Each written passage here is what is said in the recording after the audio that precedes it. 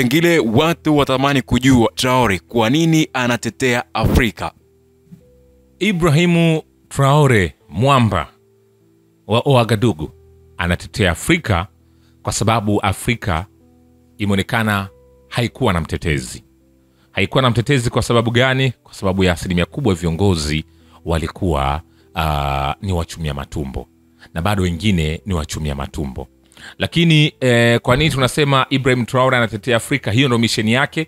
Hapana, misheni yake haikuwa kutetea Afrika. Misheni yake ilikuwa ni kutetea Burkina Faso, na ndio maana mapinduzi aliyofanya ni kwa ajili ya Burkina Faso. Hii hoja ya kutetea Afrika ni katika kuendelea kuongeza chachu au kutafuta wale viongozi ambao wanaweza pia nao wakawa chachu ya kuweza kuhakikisha Waafrika wanakaa katika amani, Waafrika wanalinda rasilimali zao, Waafrika wanajitambua na mambo mengine mbalimbali. Kwa hiyo Ibrahimu Traore anaitetea Afrika kwa sababu Afrika inakosa watetezi. Ukitazama kwa mfano Afrika kwenye mikutano mingi sana tunayoshiriki na ndugu zetu ambao ni mabeberu, tumekuwa ni wasikilizaji na watii oda. Tuna obey yote ambayo wanatueleza. Watatueleza hichi na hichi na hichi, sisi ni ndio. Unaambiwa bwana, sasa hivi tunakuletea tunaona watu wahamiaji ndani ya taifa langu, mimi wamekuwa wengi, nataka niwalete kwenye nchi yako. Unakubali, wanaletwa. Nitakupa msaada huu na huu, unakubali, unaletwa. Hiyo ni kwa nchi zinazoendelea. Kwa hiyo unakuta zile rasilimali zetu tunashindwa kuzisimamia. Kwa hiyo Ibrahim Traore anaitetea Afrika kwa sababu Afrika inaonekana kukosa mtetezi. Kwa hiyo ndio sababu kubwa. Labda pengine kuna mtu atakuwa anajiuliza kwa upande wa Ibrahim Traore kile ambacho anakifanya katika taifa la Burkina Faso, je, hatouawa kama wengine? Kiujumla, swali la hatouawa kama wengine ni swali ambalo lipo na linawezekana likatimizwa endapo Mungu akiridhia. Kwa sababu ukitazama kuibuka kwa huyu ndugu hadi watu tumeamua kumuingiza Mwenyezi Mungu hapo, ni kwa namna ambavyo anaonekana, lakini pia kwa namna ambavyo amekuwa akiepuka vitu mbalimbali. Kwa sababu hii kusema hatouawa, tayari ndugu yangu Baraka, Ibrahim Traore ameshakoswa kwenye matukio mengi ya majaribio kadha wa kadha. Yes, ya kuuawa. Kwa mfano ukitazama mpaka sasa hivi ndani ya bara la Afrika, rais ambaye amekoswa mara nyingi na matukio ya kuuawa, wa kwanza ni Captain Ibrahim Traore, ambaye huyu ni kiongozi, ni rais pale, lakini tunasema ni kiongozi wa mpito wa taifa lile, akiongoza taifa hili kwa kipindi hichi ambacho tangu alivyofanya mapinduzi, kijana huyu mdogo. Kwa hiyo ukitazama kuuawa, labda Mungu atake, lakini amekuwa akiendelea kujiimarisha taratibu, kuimarisha jeshi la taifa la Burkina Faso kupitia njia za silaha mbalimbali. Nadhani ulisikia hivi karibuni kuna shutuma za jenerali wa jeshi la Marekani kwa upande wa Afrika, Langley, alimlaumu kwamba anatumia rasilimali za nchi yake vibaya kujiimarisha kijeshi. Ni sahihi kwa sababu ukiangalia kwanza kutumia rasilimali vibaya, lakini kujiimarisha kijeshi ilikuwa ni jambo sahihi kwa sababu ya maadui ambao wameibuka. Na maadui wengi ni maadui ambao wanalindwa na jeshi la Ivory Coast. Wanatoka pale wanakwenda kushambulia. Kwa hiyo ukitazama hata vikundi vya kigaidi vilivyoko pale ni vikundi ambavyo vinafadhiliwa na baadhi ya viongozi ambao wanapitia mgongo wa Ivory Coast. Kwa hiyo ukitizama ni Mwenyezi Mungu tu endelee kumlinda, kwa sababu siku zote au katika hii dunia, kwa mfano kwa Kristo, ukimwangalia Yesu Kristo ambao Waislamu wanamuita Nabii Isa, yule Biblia imemtaja ni mwana wa Mungu, kwamba yule alikuwa ni neno ambaye alishuka akavaa mwili wa binadamu akakaa nasi. Lakini ukitazama kwa Yesu Kristo hakuweza kuishi muda mrefu hapa duniani. Moja tunasema ni kwa sababu ya mission yake aliyokuja kuifuata, aliweza kuitimiza, lakini jambo kubwa ambalo tunalitizama ni kwa sababu alikuwa ni msimamia haki, msimamia kweli. Kwa hiyo kilichopelekea ni kwamba njia ile ile ikabidi itumike kumtoesha hapa duniani, japo yeye mwenyewe alijua ilikuwa tayari ishapangwa iwe hivyo. Kwa hiyo ukitazama ni dunia ambayo wasema kweli, wasimamia haki hawana nafasi ya kuishi kwa muda mrefu na kwa furaha katika dunia hii. Maisha yao wao yako upande wa pili kwa Mwenyezi Mungu. Lakini wale ambao ni watu wa dhuluma, watu wa rushwa, watu wa ufisadi, wakandamizaji wa wengine, na wale ambao wanafanya matukio mengine maovu, wanaharibu taswira ya mataifa na mambo mengine mbalimbali, wale hii ndo sehemu yao ya kuishi kwa muda mrefu. Kwa hiyo kuna kitu cha namna hiyo, na ndio maana ukiona ambao watu wenye haki wamesurvive kwa muda mrefu katika dunia hii, sayari hii, ni kwa sababu waliamua kukaa kimya na kufunga midomo yao, wasipambane na zile tawala zilizopo. Hapo inakuwa ni sali ya mtume kwako, lakini la sivyo ukaonekana kidogo una nguvu na namna moja namna nyingine, basi hapo inakuwa ni hatari kwako. Kwa hiyo ndo maana Captain Ibrahim Traore na amekoswa na matukio mengi sana ya kuuawa, ni kwa sababu ameamua kusimamia haki.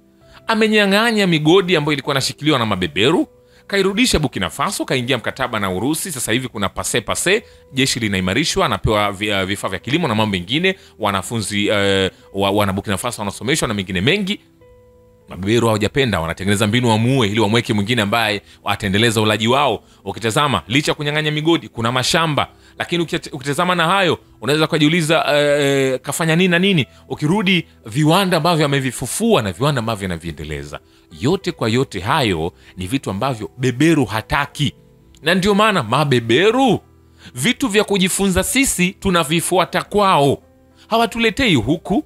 Na ndio maana ukiangalia madokta bingwa magonjwa mbalimbali hawajasoma ndani ya mataifa yao, wanatoka ndani ya mataifa yao wanakwenda huko kwa mabeberu wakajifunze, ndo warudi. Wakirudi tunasema wale wamekuwa madokta bingwa, kwa sababu beberu hataki sisi tuendelee. Sisi tukiendelea, je, atakula wapi? Kwa sababu ndani ya Afrika mabeberu wamefanya ndo shamba la bibi. Na ndio maana akiibuka kiongozi ambaye anajitambua, huwa hamalizi muda mrefu, lazima apotee. Kwa mfano mzuri, ndugu yangu, muangalie kila mara huwa tunamzungumzia Muammar Gaddafi. Alipoibuka na kuanza kutengeneza mfumo wa kuwa na gold dinari, fedha ya Kiafrika, kilichomfuata ilikuwa ni wananchi wake kuchanganywa, kuchochewa, na wakamuua kwa mkono wao, wakampiga bastola 2 kichwani na kifuani, eneo la tumboni, wakamuua. Licha aliwaambia msiniue. Leo hii hakuna amani. Sankara mwenyewe Thomas, aliyekuwa kiongozi wa taifa hilo la Burkina Faso ambalo sasa hivi ipo Captain Ibrahim Traore, naye pia alipokuwa anasimamia haki, walimpata rafiki yake ambaye aliwehushwa, akamuua. Tazama kwenye taifa la Chad, vivyo hivyo. Tazama kwenye taifa la Kongo, tazama kwenye taifa la Ghana, Kwame Nkrumah yupo nje, amepinduliwa. Tazama taifa la Burundi, tazama taifa la Afrika Kusini, tazama taifa la Algeria, tazama taifa la Misri na mataifa mengine mbalimbali. Tazama taifa la Somalia hii leo. Unaweza kujiuliza kwa nini vita haviishi? Ni kwa sababu waliowekwa pale, wale ambao wana misimamo ya dhati ya kufurutu, wale wanaonekana wabaya, wanaendelea kuwekwa watu ambao wataendelea kuwafanya wao waendelee kula taratibu taratibu taratibu taratibu. Kwa hiyo wanapoendelea kula taratibu taratibu taratibu, wao kwao ndo faida. Na ndio maana Kongo kila uchao vita haviishi, makundi ya kigaidi yanachipuka kila siku, ni kwa sababu wao ndo wanapata kula kupitia hapo. Kwa hiyo hiyo ni kwa mfumo wa namna hiyo. Labda pengine kwa upande wa Ibrahim Traore pamoja na taifa la Burkina Faso, kwa nini viongozi wa Kiafrika wanaonekana kumtenga? Kiujumla, hili swali naomba nijibu kwa namna mbili. Wanaonekana kumtenga. Yes. Naweza ngasema ndio na naweza ngasema hapana. Ndio kwa nini? Kwa sababu ya njia anazopita ni njia ambazo viongozi wengi wa Kiafrika hawajajiandaa nazo. Ni njia ngumu sana. Kwa sababu ukitazama wengi ambao wapo, bado kuna namna moja namna nyingine wamejishikilia sana na mabeberu. Kwa hiyo mabeberu endapo wakitua miguu yao haraka, pap, wataanguka mno. Kuja kusimama itakuwa ni miaka tena. Kwa hiyo wanachokifanya wao ni kukaa kimya. So kama wamemtenga, wanakaa kimya kumwacha Ibrahim Traore aendelee na wale wenzake kutoka Niger, aendelee na wenzake kutoka Mali, aendelee na wenzake kutoka Guinea, aendelee nao, alafu wao wanatulia, wanakuwa watazamaji waone hiyo njia itatiki. Kwa hiyo Ibrahim Traore, kwa wanaokaa kimya, wanamtumia Ibrahim Traore kama mchoronga njia. Yani ni sana sasa hivi tupo porini, alafu wewe Baraka tumepanga au mimi tumepanga nianze kuchoronga njia tutokee upande wa pili. Ibrahim Traore anatizamwa katika mfumo huo. Kwa hiyo endapo Ibrahim Traore akafaulu, basi usishangae kufikia 2030 mapinduzi yakafanyika sana kwa Afrika na mabeberu wakatimuliwa, wakaambiwa sepeni, tubaki na Waafrika wetu. Na napozungumzia Waafrika simaanishi tu wenye ngozi nyeupe, na maanisha wale wote waliozaliwa Afrika ni Waafrika, wale wote wenye matamanio ya Afrika ni Waafrika. Maana Afrika ukitazama tuna wazungu, tuna Waarabu, kienda Moroko kule wale ni Waafrika. Japo kuna kipindi kwenye kombe la dunia Moroko walisema wao si Waafrika, lakini walipata adhabu baada wakarudi wakasema wao ni Waafrika. Kwa hiyo kuna mfumo namna hiyo. Kwa upande wa pili wa kusema hapana, ni kwa sababu ya kuonyesha kwamba pale ambapo Ibrahim Traore viongozi wa Kiafrika wanamkimbilia, anawapokea, na yeye anapowakimbilia wanampokea. Kwa mfano niliona kwa taifa la Tanzania, niliona rais mstaafu Jakaya Mrisho Kikwete ambaye ni rais wa taifa hilo wa awamu ya 4, alianza kampeni ya kumtetea moja ya daktari ambao alitaka awe kiongozi au mkuu wa WHO kanda ya Afrika. Ukitazama walikwenda mpaka kwa Ibrahim Traore na aliwapokea, alikaa nao vizuri kabisa, wakacheka kanini, lakini sio wako viongozi mbalimbali. Kwa mfano ukitazama Ibrahim Traore alialikwa akaenda Ghana, akapokewa kanini. Kwa ukitazama kuna kitu cha namna hiyo, kuna mentality namna hiyo. Kwa hiyo viongozi wa Kiafrika kusema wamemtenga moja kwa moja na wiwa kukataa, na wiwa kusema hapana, hawajamtenga, bali wanamtizama kama mchoronga njia ambaye akifanikiwa basi usishangae wakakaa naye pamoja. Labda pengine kuna mtu atakuwa anajiuliza kwa upande wa Ibrahim Traore, pengine majeuzi ambayo ameyafanya ndani ya taifa la Burkina Faso, lakini pia ameonekana ni miongoni mwa viongozi ambao wamekuwa karibu sana na wananchi. Pengine vijana wanasapoti nini kwa upande wa Ibrahim Traore? Anaonekana kama mkombozi wa taifa hilo.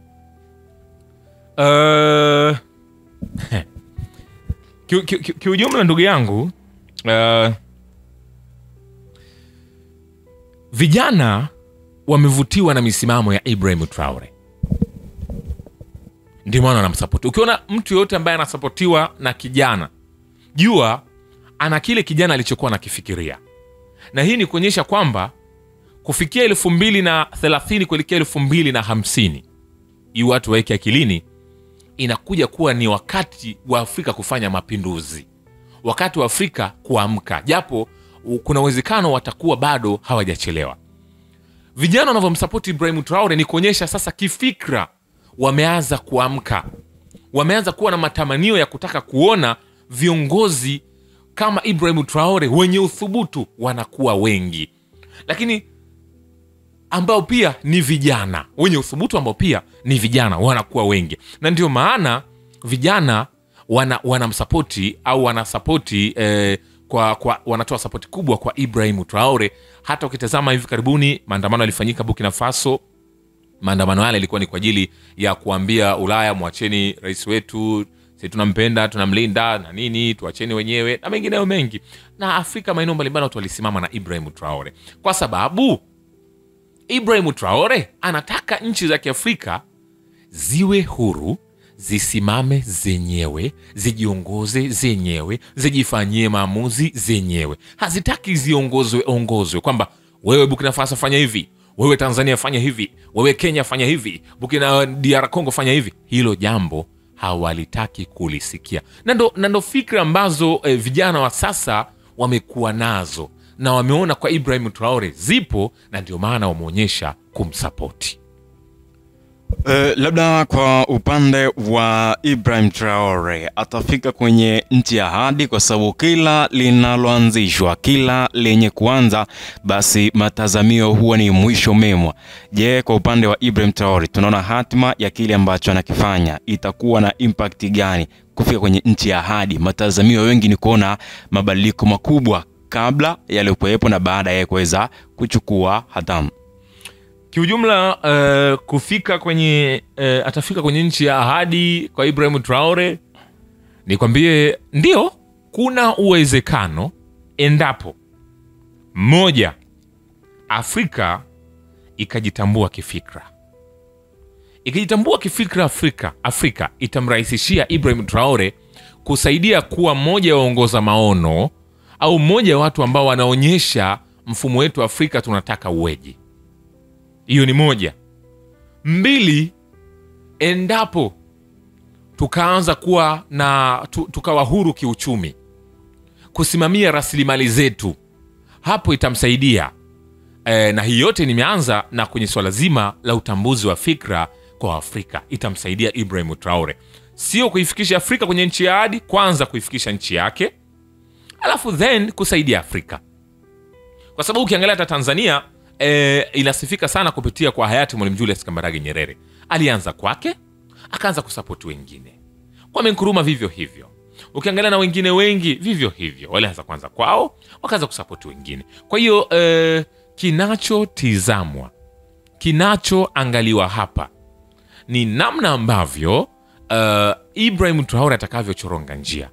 Akifanikiwa kuchoronga njia, atasaidia kuongeza utambuzi wa fikra kwa Afrika. Ule utambuzi wa fikra utasaidia Afrika iweze kujitambua na ahadi yake au malengo yake yatatimia. Kwa hiyo hapa tutaona malengo ya Afrika kuwa moja yanatimia. Manake Afrika kuwa moja ni kuwa United States of Africa. Maona kina Kwame Nkrumah na hayati Mwalimu Julius Kambarage Nyerere. Mnakuwa na kiongozi mmoja tu ambaye ni mkuu wa bara la Afrika. Kishakuwa na kiongozi huyo, mnakuwa na fedha yenu moja tu. Mnakuwa na jeshi moja. Hiyo jeshi moja linasaidia nini? Jeshi moja linasaidia kupambana na makundi ya kigaidi. Sio limeibuka kundi gani? Jeshi linakuwa lenye nguvu la kwenda kupambana kule. Limeibuka hivi, wanakwenda kupambana. Limeibuka hivi, wanakwenda kupambana. Ndio hivyo ambavyo mbinu waliotumia Marekani. Na ndio maana sasa hivi unaona Marekani wanataka pia kuchukua taifa la Canada. Wanataka kuchukua taifa la Canada kwa sababu wanataka kuleta bara lote la Amerika Kaskazini liwe wao tu, yani litambulike kama United States of America. Ndio kitu ambacho wao wanakitaka. Kwa hiyo tutafika endapo tukifanya juhudi hizo. Mimi ni Richard Shiarais, Rich Voice, Instagram na TikTok jina ni moja tu, Rich Voice Official. Usisahau kusubscribe, kulike na kucomment channel hii. Asante.